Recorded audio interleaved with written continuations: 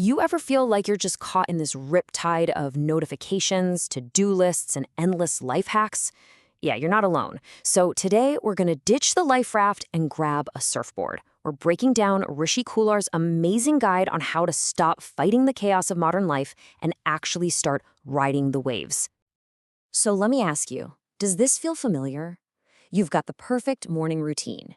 Your calendar is a color-coded masterpiece, and you've optimized every second of your day. But somehow, by 3 p.m., you feel like a smartphone on 1% battery. You're doing everything you're supposed to do, but you're still just drained. What is going on? Okay, listen up, because this is probably the most important thing you're going to hear today. You are not broken. The problem is not your willpower. It's the software you're running in your head, your basic operating model for how to do life. And let's be honest, it's a clunky, outdated system that was never built for the world we're living in right now. And this, right here, this is the fundamental choice. On the one hand, you've got the machine mindset. This is our default. We try to control every little thing, we make these rigid plans, and then we get totally bent out of shape when life, doesn't follow our script. But here's the thing. Life isn't a machine in a factory. It's an ocean. And that's where the surfer mindset comes in. It's all about adaptation. You don't control the waves, right? No way. But you can learn to read them, position yourself, and then ride them. All right, so how do we actually make that shift? Well, it all boils down to 3 simple rules. Think of this as your new toolkit for becoming a surfer in the modern world. First rule, and honestly, this one is a total game changer. We are obsessed with managing time, right? Calendars, schedules, timers. But an hour you spend at your desk when you're exhausted is basically worthless. The real currency you're dealing with every single day, it's not time, it's your energy. Just think about it for a second. 1 hour where you are totally focused and energized is worth more than 5 hours of you just staring at a screen completely wiped out. Time is always going to tick by at the same speed, but it's the quality of your energy that determines what you get out of that time. You're not running out of hours in the day, you're just running out of juice. So here's your assignment. For just 1 week, I want you to become an energy detective. Every 2 hours or so, just jot down your energy level. Are you high, low, or just neutral?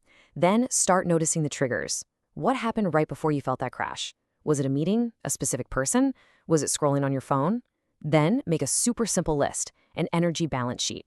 What activities charge you up and what things just drain your battery?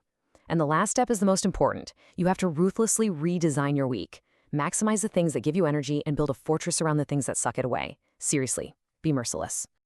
Moving on to rule number 2, let's talk about the pressure of finding your purpose with a capital P. We're told we have to find this one epic, grand thing for our lives, and the pressure is just crushing.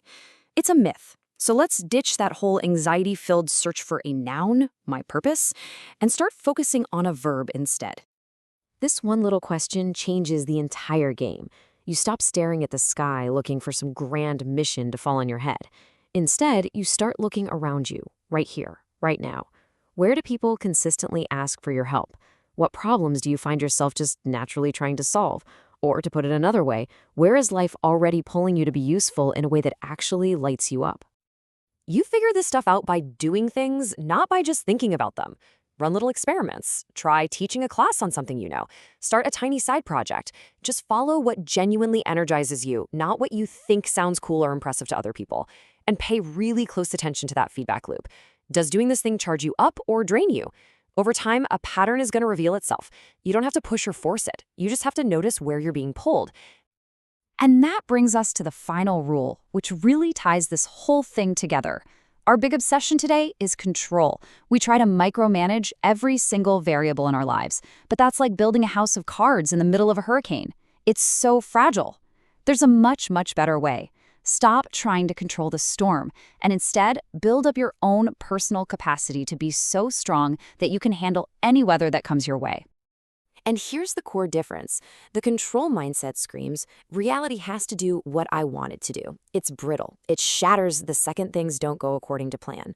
The capacity mindset, on the other hand, just calmly says, you know what? I can handle whatever reality decides to throw at me. One is rigid and it breaks. The other is flexible. It's resilient, and it actually gets stronger when it faces a challenge. So how do you build this muscle? You do what we call capacity reps. They're like little workouts for your nervous system. Intentionally go be a total beginner at something new. Learn an instrument and be terrible at it. Try pottery.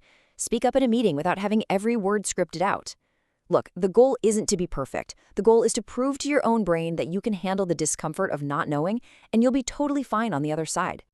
Okay, so let's pull all of this together. What is the big takeaway here? That goal you've been chasing, this idea of perfect control over your life, it's not just impossible, it's a trap. It is the very thing causing the burnout that we are all so desperate to escape. This is the new goal. This is the new definition of success. The real flex isn't having a perfectly optimized schedule or a life that looks amazing on Instagram. It's getting to that quiet place inside yourself, that feeling of confidence where you realize you have absolutely nothing to prove to anyone. That, right there, is the ultimate freedom in this crazy, noisy world. So, I'll leave you with a little challenge. As you go on with your day today, just ask yourself, what is one tiny illusion of control? Maybe it's an expectation, a rigid plan, a specific outcome you're clinging to. What's one thing you can just consciously surrender? Just let it go and see what happens when you decide to surf the wave instead of trying to command the entire ocean.